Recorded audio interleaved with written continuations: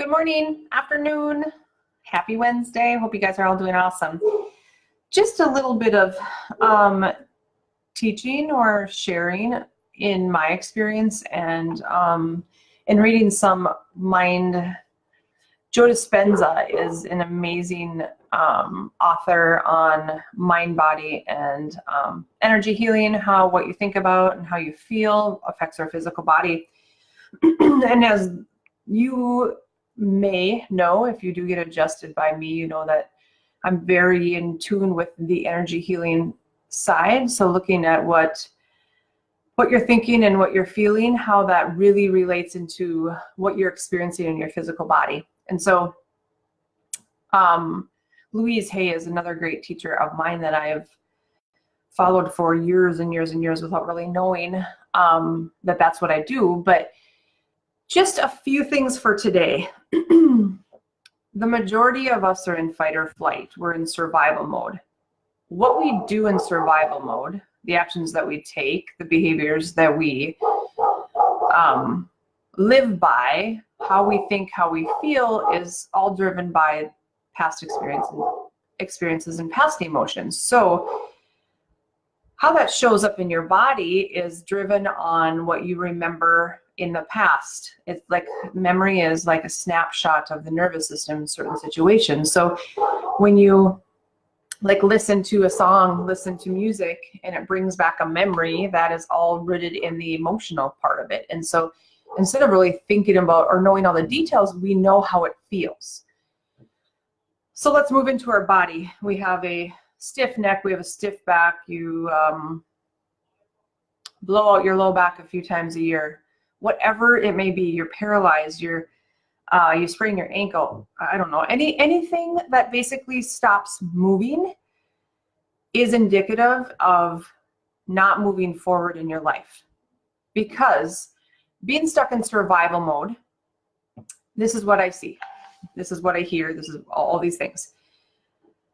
The fight or flight response happens, and so our pupils dilate, our oxygen goes to our legs, not our internal organs. Our circulatory system is starting to be imbalanced. Essentially, the fight or flight, the sympathetic nervous system is in overdrive. And that is a download into your neurology, into your brain. So the more we practice that, because that's maybe how you've ever known, maybe that's the family that you grew up in, before we know it, that's how we're living every part of our life. So that means that the first areas of dis-ease or dysfunction is usually in the gut, because that stress response, the fight or flight system, gives everything else to our our legs are the things that do this, not our gut, okay? We go from thinking in the forebrain to thinking in the hindbrain, which is logical, analytical, and it shuts down the creative senses. And so any workshop that I do, I bet 90% of people say, Tiff, I'm not creative. No, that's not true. What it means is that your left brain, your logical brain, or the part of your brain that keeps you in analyzing and logic is the beta brain waves. And that continues in survival mode. So if we continue to live that way all the time, how could we possibly get into our creative brain or move into our alpha brain waves? That takes practice, that takes quiet, that takes meditation, it takes chiropractic, it takes modalities that focus on getting the sympathetic system to lower.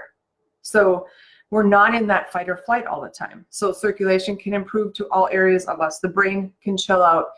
Our eyes can see more than just this laser type focus. We can start to open up. We start to live in our creative brain and our feeling centers. And all of the parasympathetic systems that drive us is digestion, hormones, how we think, how we feel. So not think as in analytics, but the part of, I say visionary thinking, I don't know, that might be a two-way, what's that word when two words mean two different things? Colliding, whatever. Anyway, you get my point.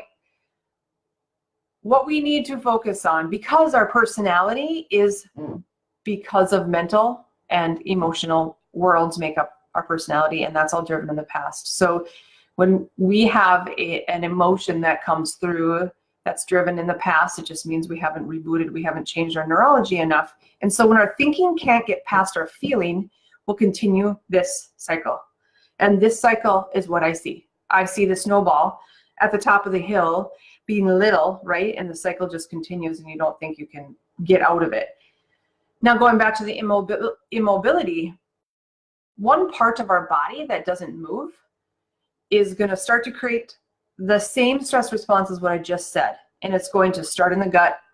We start to have digestive issues. That doesn't mean infection or anything nasty like that. It could start with gas and bloating. It could start with mild food sensitivities.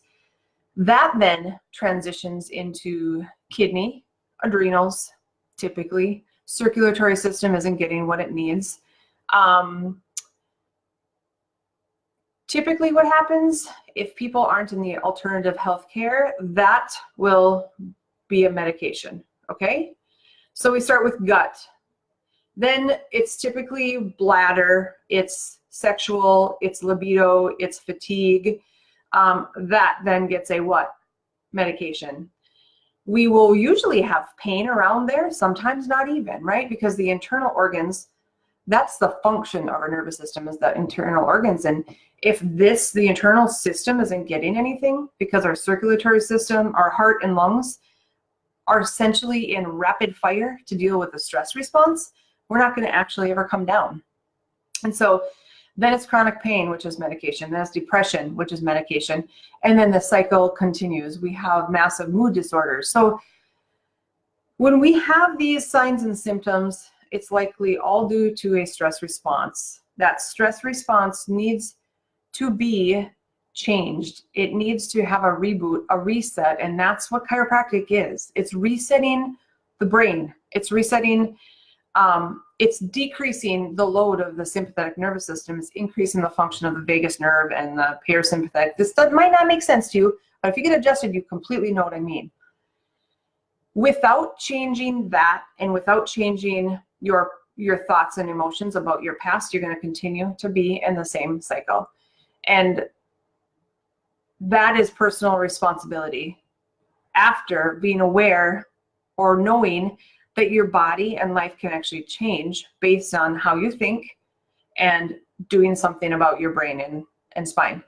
Without that, you will not lower your sympathetic nervous system in order to hold. And this doesn't mean that many different modalities do that. Nothing, though, gets the spine to move. So right now, this is all about getting the spine to move, because immobility in your life is immobility in your body. Every single time when there's a physical issue, when something feels stuck, when something feels stiff, when something locks up, there's a part of your life that you're not able to progress into. Okay, it's been 8 minutes. I was hoping this would be shorter, but here's your lesson for this awesome Wednesday. Have a great one. Bye.